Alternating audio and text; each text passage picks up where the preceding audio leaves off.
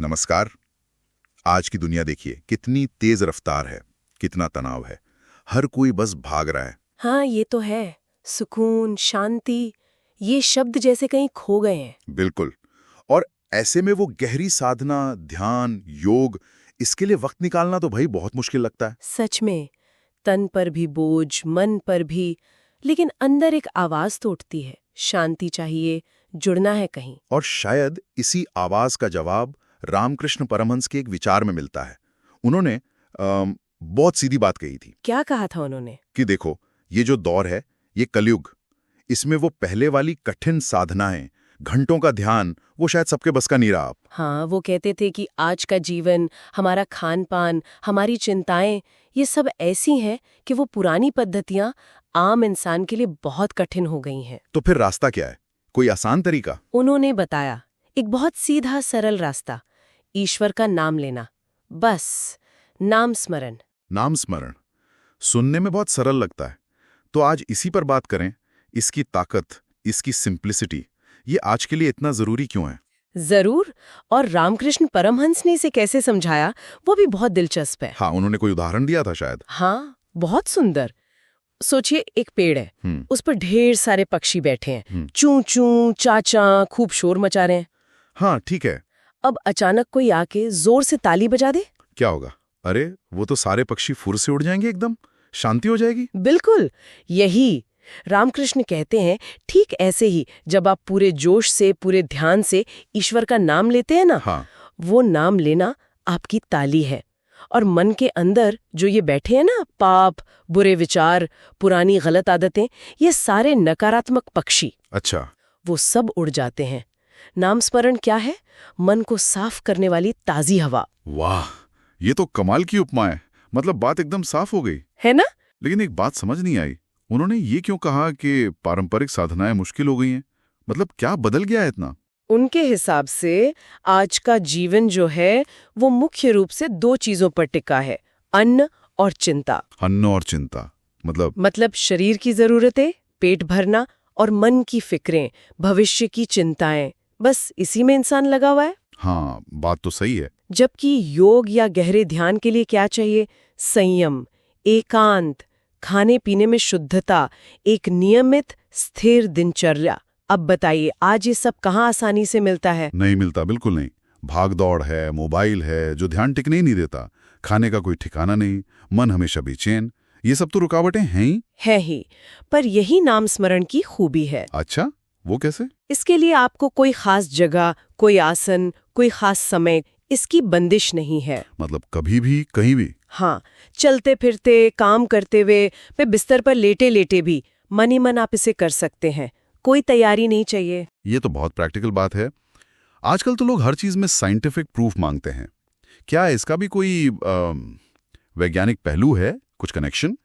ये दिलचस्प सवाल है। और हाँ, आधुनिक विज्ञान भी कुछ इशारे तो करता है इस तरफ। या सच में? क्या?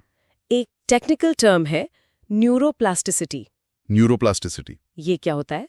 इसका सीधा सा मतलब है कि हमारा जो दिमाग है ना, वो कोई पत्थर की लकीर नहीं है। वो बदल सकता है, नई चीजें सीख सकता है, अपनी वायरिंग बदल सकता है। अच्छा, मतलब दिमाग फिक्स नहीं है? बिल्कुल नहीं। तो जब हम लगातार बार बार किसी एक चीज पे ध्यान लगाते हैं, जैसे ईश्वर का नाम या कोई मंत्र, हाँ।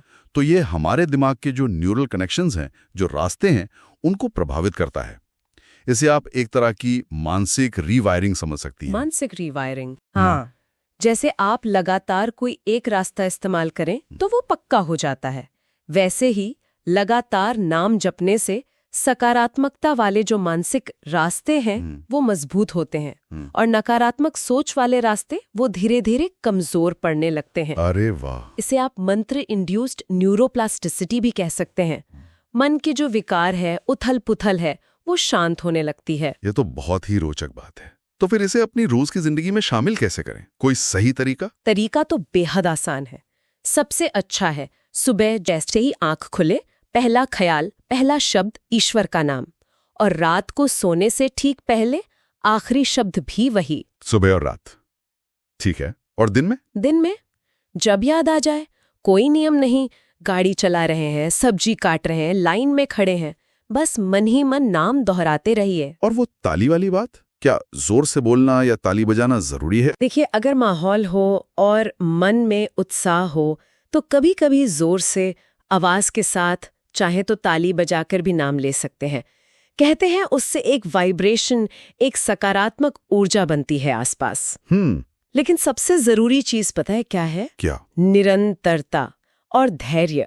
एकदम से शायद कुछ महसूस ना हो, पर धीरे धीरे आप खुद महसूस करेंगे कि मन हल्का हो रहा है, शांति आ रही है, बेकार के जो विचार हैं वो कम हो रहे हैं। तो मतलब ये नाम स्मरण जो है ये हर हाल में, अच्छे वक्त में, बुरे वक्त में एक साथी जैसा बन सकता है। साथी से भी बढ़कर, रामकृष्ण के शब्दों में कहें तो ये आत्मा को उसके असली स्रोत से, परमात्मा से जोड़ने वाली एक बहुत महीन अदृश्य डोर है।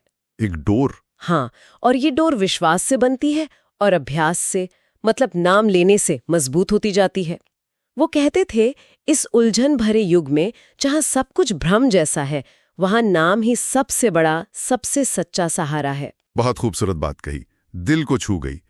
जरा सोचिए वो दिन जब आप पाएं कि मन के पेड़ से वो सारे बेचैन पक्षी उड़ चुके हैं। हाँ, अंदर बस एक गहरी निर्मल शांति है, और ईश्वर वो कहीं बाहर नहीं, बस भीतर ही मुस्कुरा रहे हैं। बिल्कुल।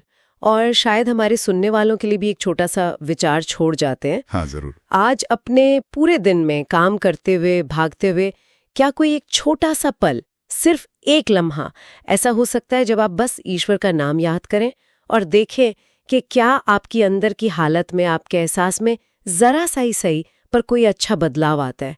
बस सोच के देखिए।